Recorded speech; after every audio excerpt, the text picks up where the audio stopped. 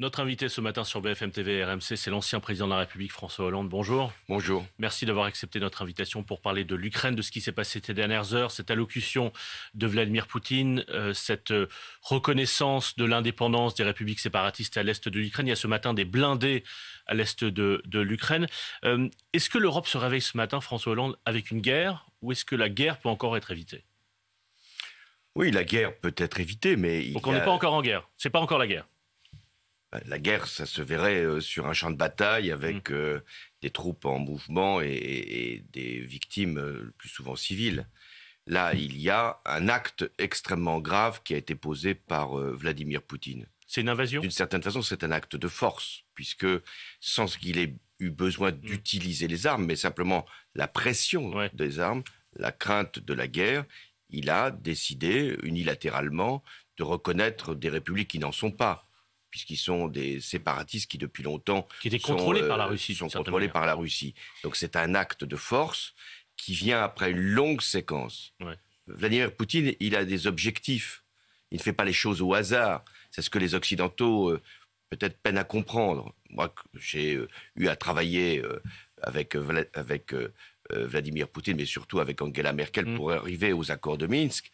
On savait qu'il y avait un rapport de force. Le cessez-le-feu, donc à l'est de l'Ukraine, qui avait été négocié par l'Ukraine, la Russie, la France et l'Allemagne. Dans cette nuit-là, où nous avions évité la guerre, une fois encore, il y avait eu donc un texte qui avait été un texte de consensus entre le président ukrainien, que Vladimir Poutine peinait à reconnaître, et Vladimir Poutine sous l'égide donc de la France et de l'Allemagne. Cet accord prévoyait qu'il y aurait un respect de l'intégrité territoriale. Ça veut dire que l'Ukraine ne serait pas démantelée, même s'il y avait à l'est des séparatistes qui occupaient une partie du territoire. Ce que devaient faire ensuite Vladimir Poutine et le président ukrainien sous notre égide, c'était de continuer à négocier, à travailler pour que l'Ukraine retrouve sa souveraineté et son intégrité. C'est ça qui a explosé hier soir. Ce que vient de faire Vladimir Poutine, après une longue période, une longue séquence, un long processus de menaces, de pression, de fausses négociations, de pourparlers, c'est d'engranger l'Est de l'Ukraine. Si on veut regarder les choses crûment, l'Est de l'Ukraine est aujourd'hui possession russe. On va parler, François Hollande, des sanctions, des réactions que doivent annoncer dans les prochaines heures les Occidentaux. Mais d'abord, vous avez, comme vous l'avez rappelé, vous avez négocié directement avec Vladimir Poutine, les yeux dans les yeux, avec à vos côtés Angela Merkel en 2014-2015. L'homme que vous avez vu hier soir à la télévision, qu'on a vu à la télévision russe hier soir, qui semblait parfois dans une sorte de logorée, par certains aspects délirante. Est-ce que vous l'avez reconnu? L'Élysée parlait dans la nuit de, je cite, dérive idéologique paranoïaque. C'est exact? C'est ça? Non, moi je ne pense pas qu'il y ait de dérive. Vladimir Poutine... Est-ce qu'il y a de la paranoïa dans ce que vous avez dit hier soir? Je ne suis pas psychologue et je ne suis pas sûr qu'il faille mettre de la psychologie lorsqu'il y a... Quand l'Élysée dit paranoïaque, c'est pas une bonne idée. De la part de Vladimir Poutine, il y a une stratégie qui est en place depuis longtemps. Si on veut... Donc c'est pas une dérive. Si on veut comprendre Vladimir Poutine, car je crois que c'est l'objectif, c'est de se dire qu'il est le président de la Russie qui veut, après l'humiliation de la fin de l'Union soviétique, retrouver l'Empire.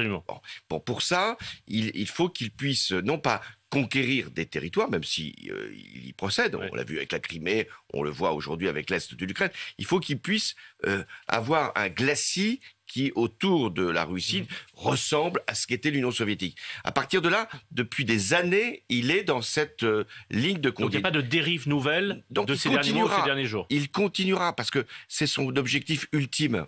À partir de là, il faut donc que les Européens, les Occidentaux, les États-Unis comprennent bien d'abord ce que veut Vladimir Poutine et ensuite introduisent un rapport de force qui l'empêche d'aller plus loin. Mais or, chaque fois qu'il y a des rapports de force qui se déséquilibrent, il va plus loin. Et hier, il est allé plus loin. Mais donc, c'est pas forcément une dérive. C'est-à-dire qu'on ne devrait pas être surpris de ce qui s'est passé hier soir. Non, il est sur ce chemin-là. Alors après, il prend des formes qui peuvent surprendre. En humiliant, par exemple, la responsable de son Conseil de sécurité nationale. La colère, une forme d'hystérie. Parce que, qu'est-ce qu'il dit? Il dit...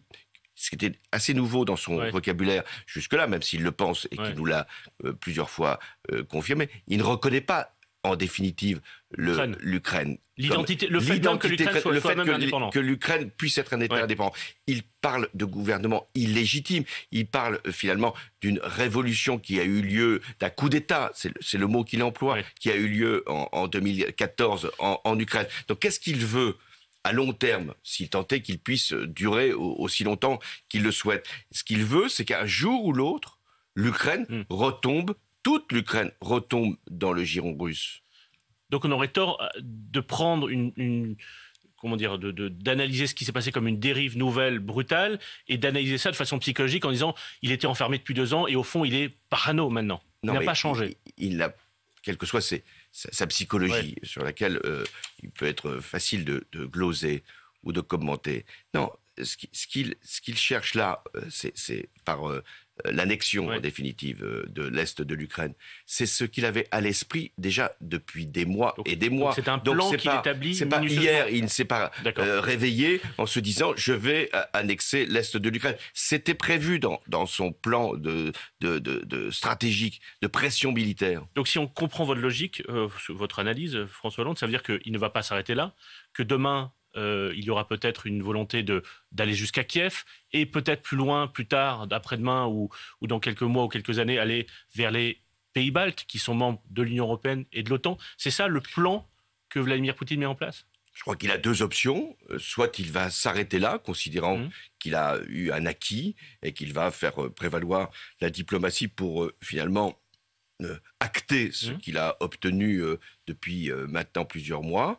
Soit il va continuer sa pression, donc peut-être y aura-t-il accalmie pendant quelques semaines, pendant quelques mois, et puis ensuite il y aura de nouveau la volonté de déstabiliser ce qui restera de l'Ukraine, avec aussi, et de ce point de vue nous aurions pu, et je l'avais dit face à face, converger. Il n'est pas question que l'Ukraine rentre dans l'OTAN, mais d'une certaine façon, il attendrait cette décision. Car si vous lui aviez dit l'Ukraine ne rentrera jamais dans l'OTAN? Je dis la position de la France, c'est que l'Ukraine ne rentre pas dans l'OTAN. Aujourd'hui ou jamais? Alors, il ne s'agissait pas de dire jamais, mais tant que nous sommes là, l'Ukraine ne rentrera pas dans l'OTAN. Mais on voit bien que la pression va être très forte pour que l'Ukraine rentre dans l'OTAN dès lors qu'elle est directement menacée. Ce qui serait pour Poutine l'occasion d'aller encore plus loin dans l'escalade. Donc je pense que si on veut faire prévaloir la paix, bien sûr qu'il faut rappeler, c'est la position française, et pas seulement française d'ailleurs, que l'Allemagne partage aussi ce point de vue, enfin jusqu'à nouvel ordre, donc que l'Ukraine ne rentre pas dans l'OTAN, mais dans la même période, il faut bien marquer que militairement, nous ne pouvons pas accepter, je dis bien militairement, nous ne pouvons pas accepter que la Russie continue d'avancer, parce que demain, ça peut être des escarmouches qui déclenchent une offensive, d'autres territoires qui sont conquis en Ukraine, jusqu'à la déstabilisation de l'Ukraine dans son ensemble. Donc il faut bien mettre des lignes d'arrêt. Et la grande question, pourquoi?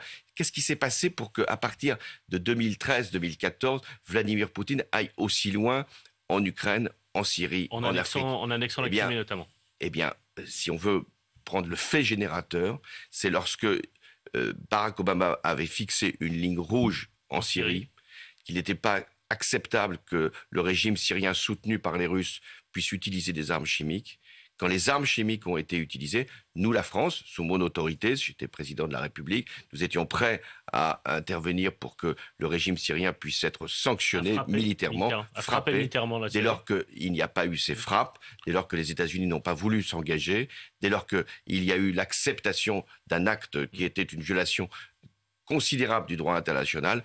Vladimir Poutine a compris que les Occidentaux ne réagiraient pas. Et donc, il est temps de montrer qu'il y a des réactions. Vous voulez dire que l'ancien agent du KGB profite de nos faiblesses, nous les Occidentaux, bien à chaque moment? Et on est faible en ce moment? Je crois que nous l'avons été. Vous y compris? Non, je ne l'ai pas été quand j'ai moi-même été sur la décision d'intervenir en Syrie face à l'utilisation des armes chimiques. Nous n'avons pas été faibles au moment de la négociation qui a eu lieu donc à Minsk permettant le cessez-le-feu. Nous n'avons pas été faibles lorsque nous avons continué à faire pression pour que Vladimir Poutine reste dans le cadre de ce qu'on appelait le format Normandie. Qu'est-ce qui s'est passé après? Normandie, Ukraine, Allemagne, France. Qu'est-ce qui s'est passé après? Il y a eu Donald Trump. Ouais. Donald Trump a montré une certaine connivence avec la Russie et n'a pas voulu faire de l'OTAN ce qui pouvait être une alliance qui puisse être dissuasive. À partir de là, ce que veut faire Poutine aujourd'hui, c'est jauger jusqu'où peut aller Biden et jusqu'où peut aller l'Europe, c'est-à-dire jusqu'à quel point peut-elle garder son unité. Juste pour prolonger ce que vous étiez en train de dire, vous disiez la France n'a pas été faible. 2014, on met en place des sanctions. Et regardez, 4 ans plus tard, Vladimir Poutine organise, comme si de rien n'était, quasiment, la Coupe du Monde de football en Russie. Et il accueille le président français dans la finale, le soir de la finale, dans la tribune présidentielle, malgré l'annexion de la Crimée, malgré les sanctions, malgré les exactions terrifiantes du régime syrien soutenu par la Russie. Est-ce qu'au fond, il a laissé passer la tempête pendant quelques années et il a retrouvé un lien quasi normal avec les puissances occidentales? Je rappelle qu'en 2014, quand il y a eu l'annexion de la Crimée et la guerre en Ukraine, nous avions, et j'étais donc président de la République, exclu la Russie du ce qu'on G8. appelait le G8. Oui. Ce qui avait été pour Vladimir Poutine une vraie sanction, une vraie humiliation, car il ne raisonne qu'en termes d'humiliation ou de domination. À partir de là, il avait été conscient qu'il devait trouver une phase de négociation, d'où le succès de la formule Normandie, c'est-à-dire l'obligation de se mettre ensemble, les 4, et de négocier. Il faut être dur à l'égard de Vladimir Poutine. Ça ne veut pas dire refuser le dialogue. J'ai dialogué pendant des heures et des heures avec Vladimir Poutine. Il faut être dur, ne jamais penser qu'on va le séduire, ne jamais penser que la diplomatie, avec des arguments logiques, avec des arguments de raison, la diplomatie va l'emporter. Il ne comprend que le rapport de force. Vous voulez dire que le président Macron n'a pas été suffisamment dur quand il l'invite quelques semaines après son arrivée à l'Élysée, à Versailles, quand il invite à Brégançon en 2019, est-ce qu'il tente de le séduire? Est-ce que d'une certaine manière, il n'est pas assez dur avec le président Poutine à ce moment-là? Je pense que, comme tout président arrivant aux responsabilités, il cherche à établir des relations avec les principaux dirigeants du monde. Et avec Vladimir Poutine, c'était tout à fait légitime qu'il le fasse.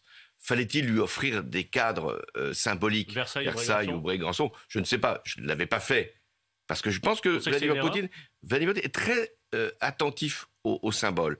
Donc je crois qu'il y a eu l'idée... C'est pour ça qu'il a été fait d'ailleurs. Oui, l'idée qu'il pourrait être amadoué. Non, ces gestes-là peuvent être éventuellement utiles, mais ce qui compte, c'est quelle est la robustesse, la consistance de nos positions. Et vous savez, il y a en France des groupes de pression très pro-russes qui existent pour des raisons économiques, pour des raisons commerciales.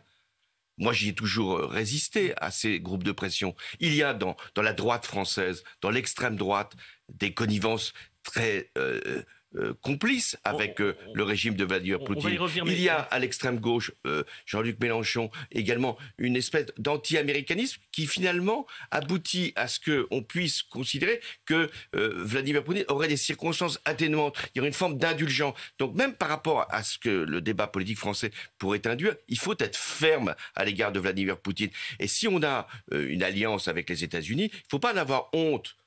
Les États-Unis sont nos alliés dans le cadre de l'OTAN. Ça ne veut pas dire qu'on est soumis aux Américains. Mais on est encore américains. Mais entre la Russie et les États-Unis, il y a une grande différence. Nous sommes alliés avec les États-Unis, nous sommes en dialogue, en respect avec la Russie, parce que nous sommes conscients de l'histoire de la Russie, de sa place, de la nécessité de la respecter, mais pas d'accepter des actes de force comme c'est le cas aujourd'hui. François Hollande, pour comprendre ce que vous disiez à l'instant sur les efforts diplomatiques du président Macron, est-ce qu'il a eu raison jusqu'au bout, jusqu'aux dernières heures, de tenter de négocier avec Vladimir Poutine? Il est allé à Moscou, à Kiev, il a eu une longue conversation avec Vladimir Poutine au Kremlin qui a été difficile pendant plusieurs heures, il y a 15 jours.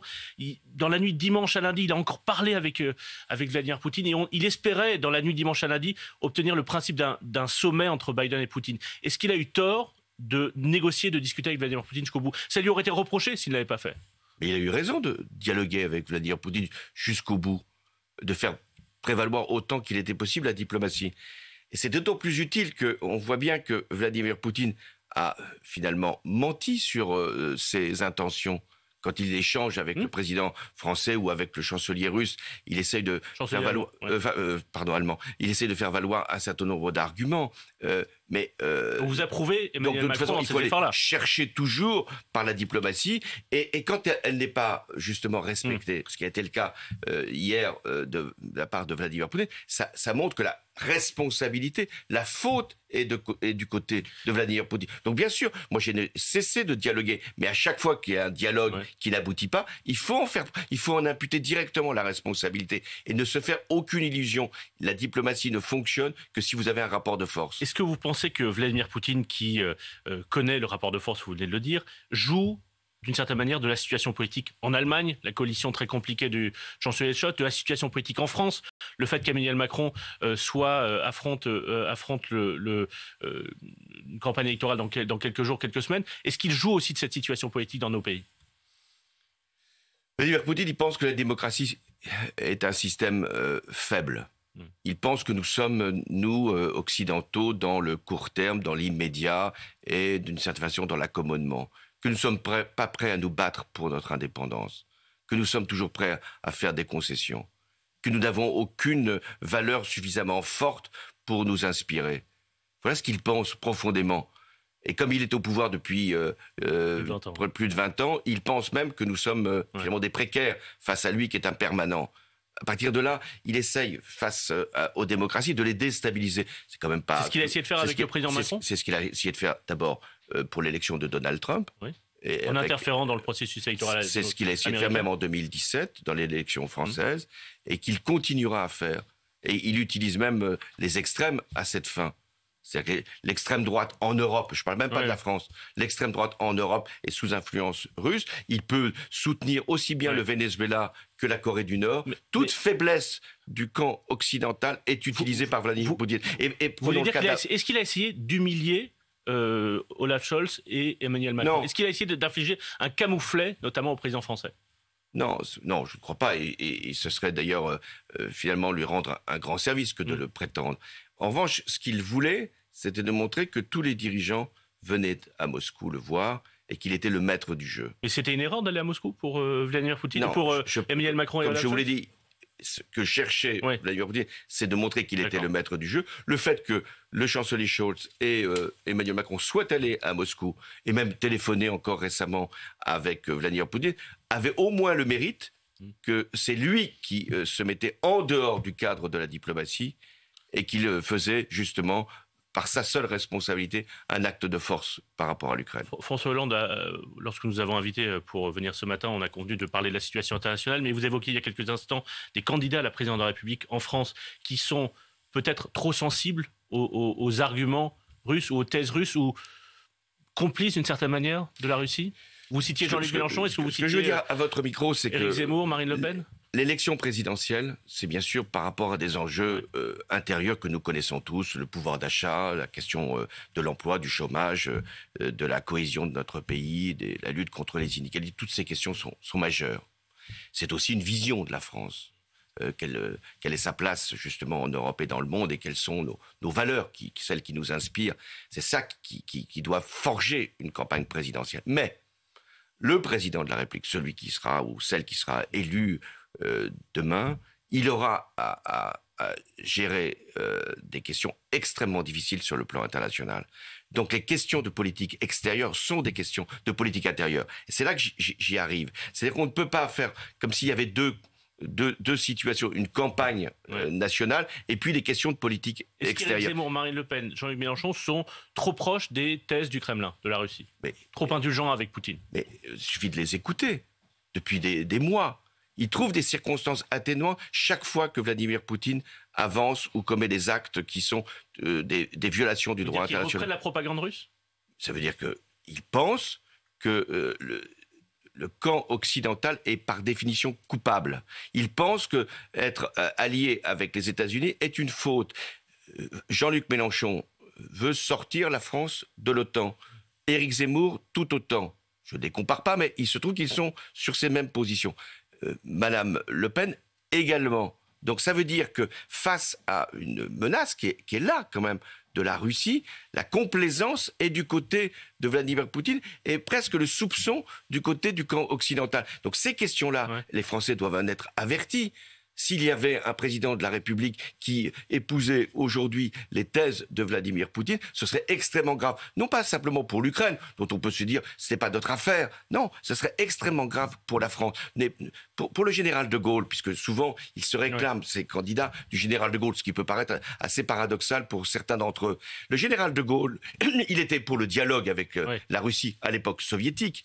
Mais quand il s'agissait de la sécurité du continent européen, ou même de la question de la paix ou de la guerre, souvenons-nous de l'affaire des missiles de Cuba, il était extrêmement ferme à l'égard de la Russie soviétique. J'en déduis, François Hollande, que le vote utile à gauche n'est pas Jean-Luc Mélenchon, contrairement à ce qu'a dit Ségolène Royal.